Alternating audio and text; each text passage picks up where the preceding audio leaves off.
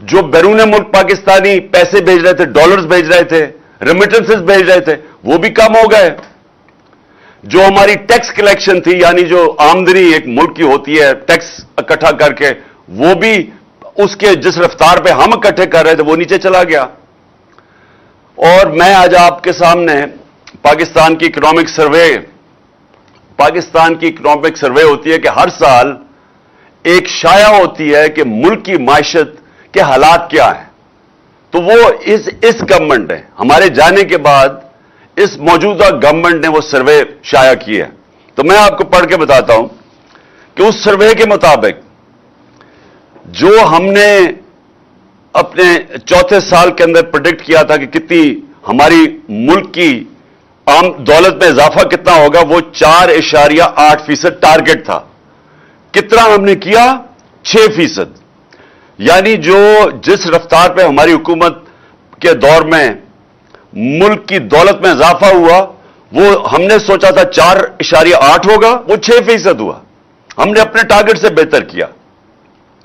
Exports, جو چیزیں ہم بیچتے ہیں باہر اور جس سے ڈالر آتے ہیں, ہم نے اندازہ لگایا تھا 26 ارب ڈالر ہوگی. کتنی ہم نے ایکسپورٹ کی؟ 32 ارب ڈالر.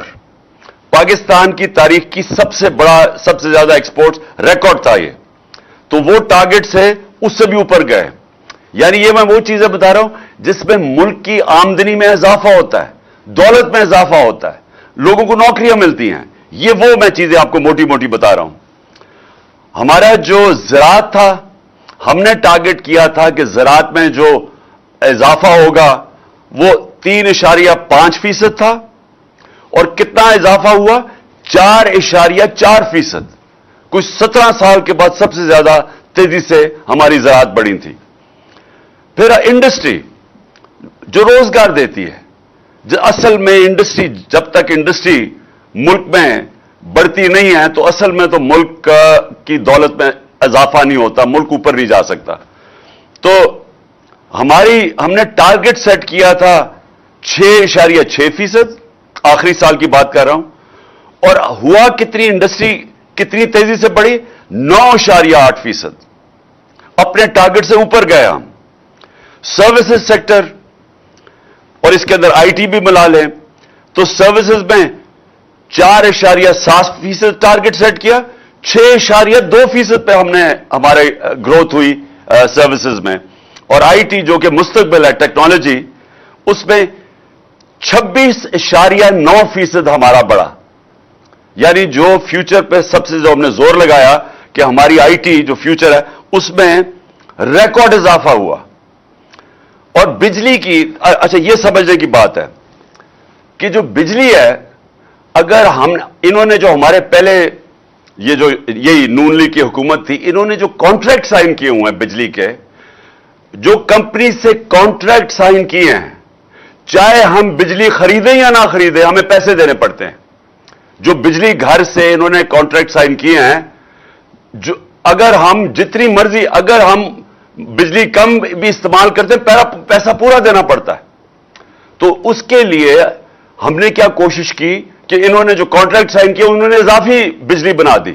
ہمارے پاس اس وقت جب ہماری حکومت آئی تو ہم اس کو استعمال ہی نہیں کر سکتے تھے کیونکہ کیپیسٹی نہیں تھی. تو ہم نے کوشش کی کہ بجلی کی کنزمپشن بڑھے, انڈسٹری کو ہم نے انسینٹیوز دیے. تو ہمارے دور میں جو بجلی کی کنزمپشن بڑھی وہ 20.9%. تو یہ میں اس لیے آپ کو بتا رہا ہوں کہ معیشت تو ہماری بڑھ رہی تھی, ملک ترقی کر رہا تھا, اور یہ پاکستان کی اکنامک سروے کہہ رہی ہے, یہ جو ان کے دور میں پبلش ہوئی ہے, تو وہ جو ہر سال پبلش ہوتی ہے اس کے مطابق ملک تو ترقی کر رہا تھا. تو پھر یہ جو سازش کے تحت ان کو اوپر بٹھایا گیا اور ہمیں یہ کہا گیا کہ وہ بہت کوئی شہباز شریف کوئی جینیس ہے, اس سے کوئی قابل آدمی کوئی نہیں ہے, اس کو اوپر آ کے بٹھا دیا. اور اس کے بعد وہ جو بھاگا ہوا تھا ملک سے, بھاگے ہوئے تو سارے ہی تھے, تو اس کو خاص طور پہ لے کے اسحاق ڈار کو, اس نے آگے کہا کہ میں موڈیز کو ٹھیک کر دوں گا. اس کے بعد وہ گم ہی ہو گیا. اور یہ جو آج آپ کو میں بتا رہا ہوں کہ اگر اس کا مطلب دنیا پاکستان کیا دیکھ رہی ہے، ہم نہیں کیسے کہہ رہے.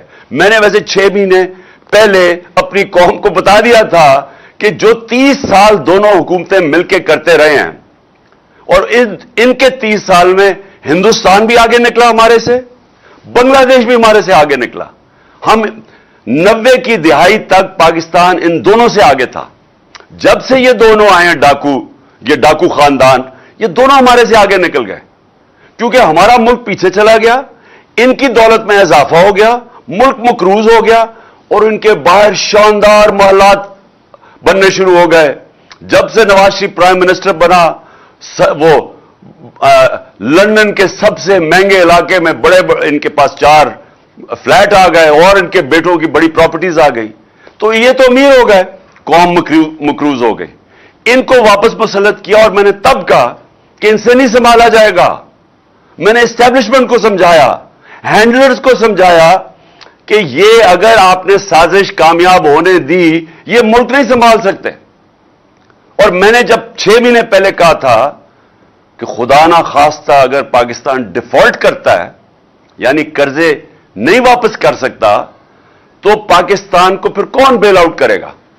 اور میں نے تب یہ کہا تھا، جب انہوں نے کہا کہ اس کو غدار، مجھے غدار کہہ رہے تھے، تب انہوں نے کہا مجھے کہ اس کے اوپر غداری کے کیس بناؤ، کہ یہ کہہ رہے ہیں کہ اگر پاکستان ڈیفالٹ کرتا ہے تو جو بھی ہمیں نکالے گا اس میں سے وہ قیمت مانگے گا. مفت کچھ نہیں ہوتا. وہ امریکن کہتے ہیں دیر از نو فری لنچ، کوئی مفت میں مدد نہیں کرے گا. اور جو وہ قیمت ہمارے سے مانگیں گے، میں آج پھر اپنی قوم کے سامنے کہہ رہا ہوں کہ وہ ہمارا جو ہماری نیشنل سیکیورٹی کا سب سے بڑا اثاثہ ہے، اس کے پیچھے جائیں گے وہ. اور یہ میں نے 6 مہینے پہلے کہا تھا اپنی قوم کو. اور آج جدھر ہم اب کھڑے ہیں، یہ جب سے چور اوپر بیٹھے ہیں، یہ ہمیں ادھر ہی لے کے جا رہے ہیں. لیکن وہ نواز شریف کو کوئی فرق نہیں پڑے گا کہ اگر ہم اپنی نیشنل سیکیورٹی پہ کمپرومائز کر دیں، کیونکہ اس کا تو پیسے باہر پڑے ہوئے ہیں. وہ تو جب موقع ملتا ہے باہر بھاگ جاتا ہے. جب وہ پرائم منسٹر تھا، اس نے 23 نجی دورے کیے لندن کے. میں پرائم منسٹر تھا 3.5 سال، میرے تو بچے باہر تھے، میں تو 1 دفعہ بھی نہیں کیا، حالانکہ 2 دفعہ مجھے دعوت ملی انگلینڈ آنے کی. کیونکہ میں ہمیشہ سوچتا تھا کہ میں تب باہر جاؤں، ہمارا ملک غریب ہے، ہم مقروض ہیں، میں کیوں ملک کا پیسہ خرچ کروں جب تک کہ میرے ملک کو میرے دورے سے فائدہ نہیں ہوگا. یہ سرکاری خرچے کے اوپر پرائیویٹ دورے کیے اس نے لندن کے. 23 دفعہ یہ لندن گیا. زرداری 50 دفعہ دبئی گیا نجی دوروں پہ. اور یہ لندن کیا کرنے جاتا تھا؟ پیسے وہاں ہیں، دولت وہاں ہے، بزنس وہاں ہے، بیٹوں کو وہاں بسا دیا ہے، برطانیہ کے وہ شہری بن گئے ہیں، وہ آرام سے وہاں بیٹھے ہیں. جس کے اوپر کرپشن کیس ہوتا ہے وہ وہاں بھاگ جاتا ہے. اسحاق ڈار باہر بھاگ گیا، اس کے بیٹے باہر ہیں.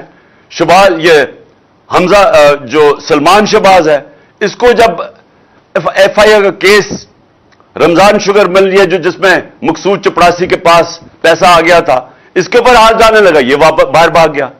باہر بھاگ جاتے ہیں جب ان کو خطرہ ہوتا ہے، پھر ڈیل کرتے ہیں، وہاں بیٹھ کے ڈیلنگ کرتے ہیں. پھر ڈیل کر کے جب ان کو پتا ہوتا ہے کہ ہاں جی ہمیں گرین سگنل مل گیا، پھر واپس آ جاتے ہیں. اور وہی اسحاق ڈار سگنل لے کے واپس آ گیا.